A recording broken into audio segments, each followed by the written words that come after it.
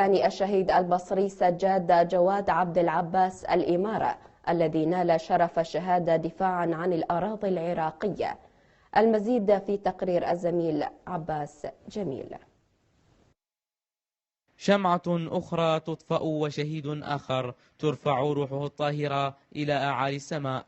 تزف المقاومة الإسلامية سرايا الخراساني شهيدها الشاب سجاد الإمارة الذي نال شرف الشهادة في قاطع حمر دفاعا عن أرض الوطن ومقدساته.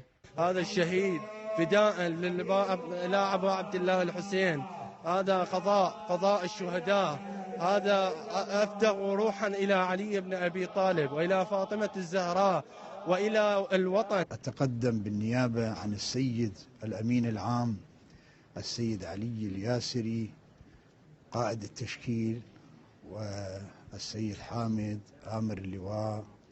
أتقدم بأحر التعازي إلى جميع أهالي المدينة الكرام وخاصة ذوي الشهيد البطل الجسور والغيور والخالد.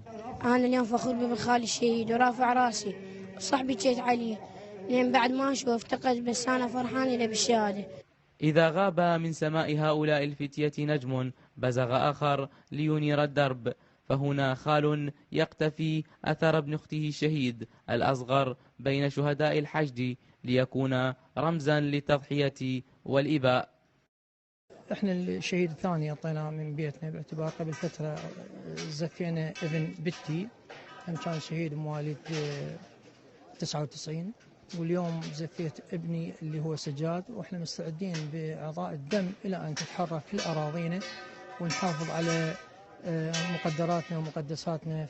بالامس قدمنا تضحيه ولدي سيد عباس، واليوم قدمنا خال الشهيد سيد عباس واللي هو سجاد جواد الإمارة، ومستمرين إن شاء الله بالتضحية.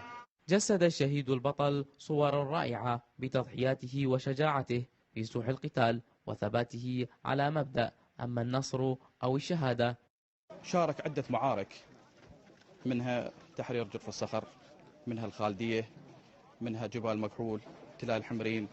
هو انصاب مرة من المرات، فإحنا أصدقائه وأخوته وجيرانه وأهله منعناه، قلنا له يا سجاد أنت يعني كفيت عليك.